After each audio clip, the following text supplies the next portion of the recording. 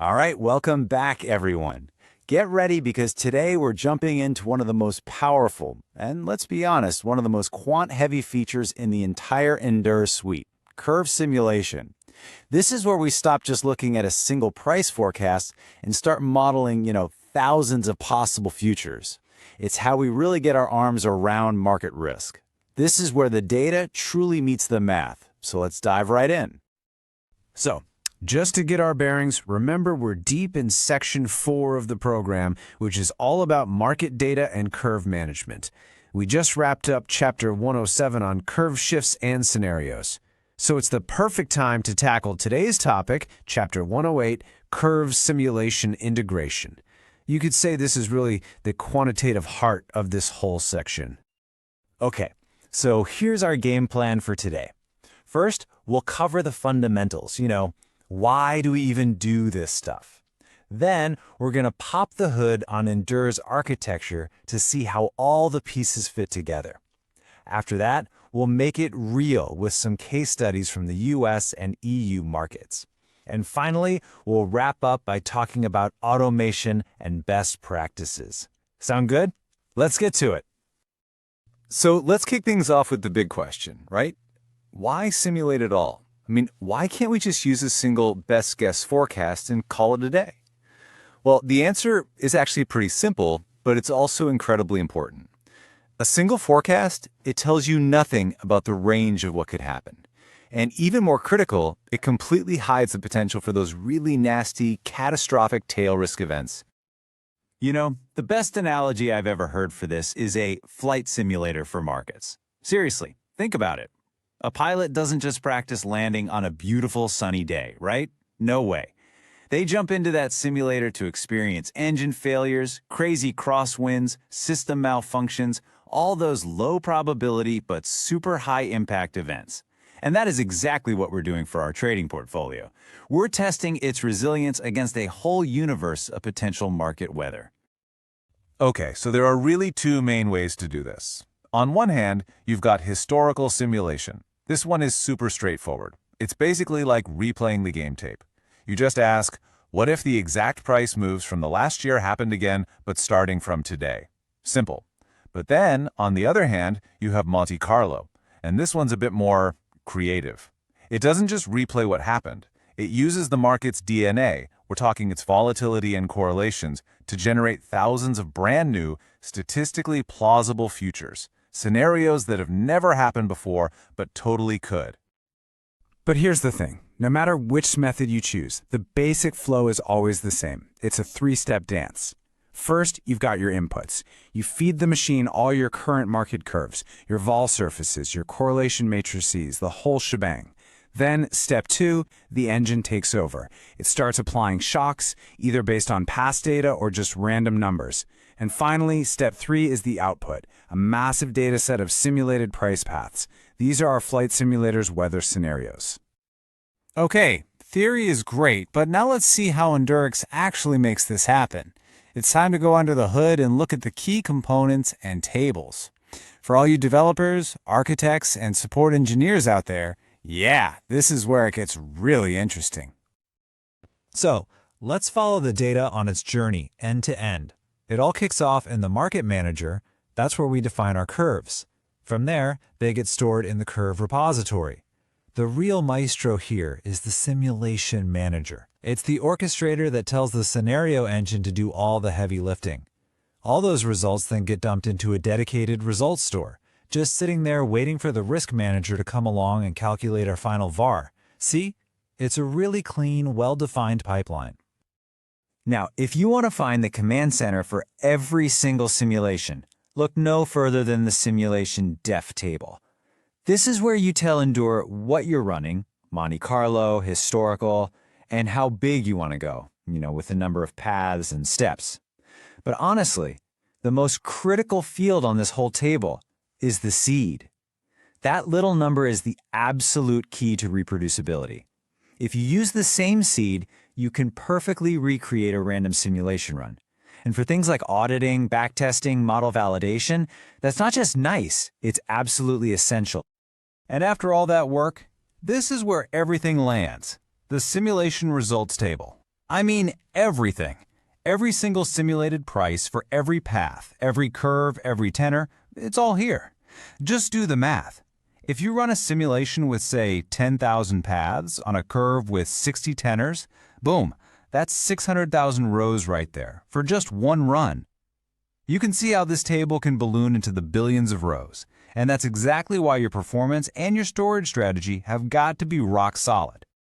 Okay, enough with the theory, right? Let's make this stuff real. We're going to walk through 2 practical case studies now. We'll see how all these components and concepts come together to solve actual, real-world risk problems.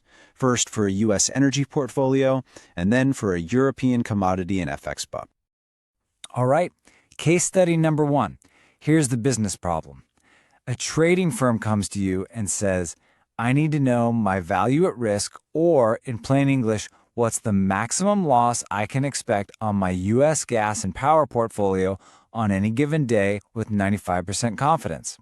This is the classic textbook risk question that simulation was literally invented to answer. Now, for the techies, take a look at this OpenJVS code. This is where the magic happens. See that key line? Math.Cholesky of core? So what on earth is that doing? Well, think about it like this. It's super easy to generate random numbers, right? But market prices, they don't just move randomly. They move together. Gas and power prices are correlated.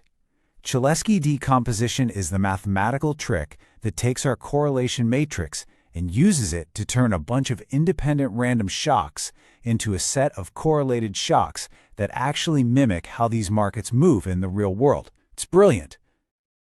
So the simulation spits out thousands of potential P&Ls. Now what? How do we get that one VAR number? We use a surprisingly simple but very powerful SQL query.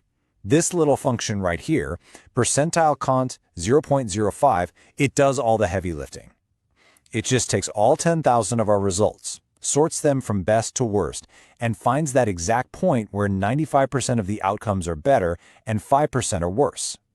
That 5% cutoff point, that's our worst case scenario with 95% confidence. The distance from the average profit or loss to that point, that's our VAR. And voila! Here's the answer. The simulation tells us the 95% VAR for Henry Hub is 29 cents per MMBTU, and for ERCOT North Power, it's $2.90 per megawatt hour. Now the risk manager can just take those numbers, multiply them by the portfolio's volumes, and get a total dollar value at risk. And just like that, the business question has been answered. Okay, ready to level up? Let's step up the complexity a bit for our second case study. Now we're looking at a European portfolio. They're trading TTF gas, which is priced in euros. But, and this is the tricky part, the company reports its earnings in British pounds. So, this introduces a whole new dimension of risk, right? The EUR/GBP exchange rate. We don't just have commodity risk anymore. We have to simulate a commodity and an FX rate at the same time. And check out this results summary. It's fantastic. It doesn't just show you the risk for TTF gas or the EUR/GB rate on their own. No, it gives you the risk for the total portfolio P&L in euros. So we can see a 95% VAR of 7.5 million euros. And look at this other number, expected shortfall at 9.3 million. So what's that? Well, expected shortfall answers a slightly different question. It asks, okay, assuming we do have a bad day, how bad is that day likely to be on average? It's a more conservative way to look at that really nasty tail risk. You know, running a simulation once, that's just analysis. That's an interesting exercise. But running it reliably, every single night, without fail, that's what turns a cool tool into a true enterprise-grade risk management process. So in this next section, we're going to focus on exactly that, how to build a robust automated workflow and cover the best practices for doing this at scale. The most sophisticated risk shops often don't just stick to one method. They combine them. This workflow here shows a perfect example of a hybrid approach. You start by generating thousands of your probabilistic Monte Carlo paths, your normal day-to-day fluctuations. But then you overlay specific deterministic stress scenarios on top of them. Things like, what happens if gas prices instantly spike by 20%? This gives you the best of both worlds. You can analyze your day-to-day market risk and see how your portfolio holds up against those extreme, predefined shocks. So, the million-dollar question: how do we automate all this? Simple. Ender's Job Manager is your best friend here, and it's all driven by command line tools. Look at this. This one single line of code is all it takes to set up a daily job called MC_daily run. It'll kick off our U.S. energy simulation every single morning at 3 a.m. That is how you move from clicking buttons to a fully lights-out, production-grade risk process. Okay, let's talk best practices. Think of these as the 5 commandments for good simulation governance. Rule 1. Your inputs have to be fresh. Use daily vol, not last week's. 2. Don't skimp on the number of paths. 10,000 is a really solid starting point for a stable VAR. 3. For performance, especially with big jobs, you've got to distribute the workload with something like Ion Grid or Spark. And 4 and 5 are all about auditability, and they are critical. Keep your simulation definitions under version control, and always, I mean always, log your seed values for reproducibility. I really want to leave you with this one thought. What we've been talking about today, it isn't just a technical exercise in running jobs and querying tables. It's much deeper than that. This is fundamentally about gaining a new level of understanding of your risk. Simulation lets you see the complex interactions, the hidden correlations, and those dangerous tail risks that a simple spreadsheet model it'll miss them every single time. So as we wrap this up, I'm going to leave you with a challenge, a question to chew on. We've seen all the pieces of the puzzle today. Now it's time to connect them. So here it is. First, think about how a change in your input volatility directly flows through and impacts your final VAR number. And second, why is a technique like Cholesky decomposition not just some fancy math trick, but why is it absolutely essential the moment you start simulating a portfolio with more than one asset? Think that through. And that brings us to the end of our deep dive into Chapter 108. If there's one thing we've learned, it's that the quality of our simulation results is 100% dependent on the quality of the market data we feed into it. Garbage in, garbage out, right? And that sets us up perfectly for our next chapter, Chapter 109. We're going to focus on data quality and validation rules, all about making sure our inputs are clean, correct, and totally reliable. Thanks for joining me, and I'll see you there.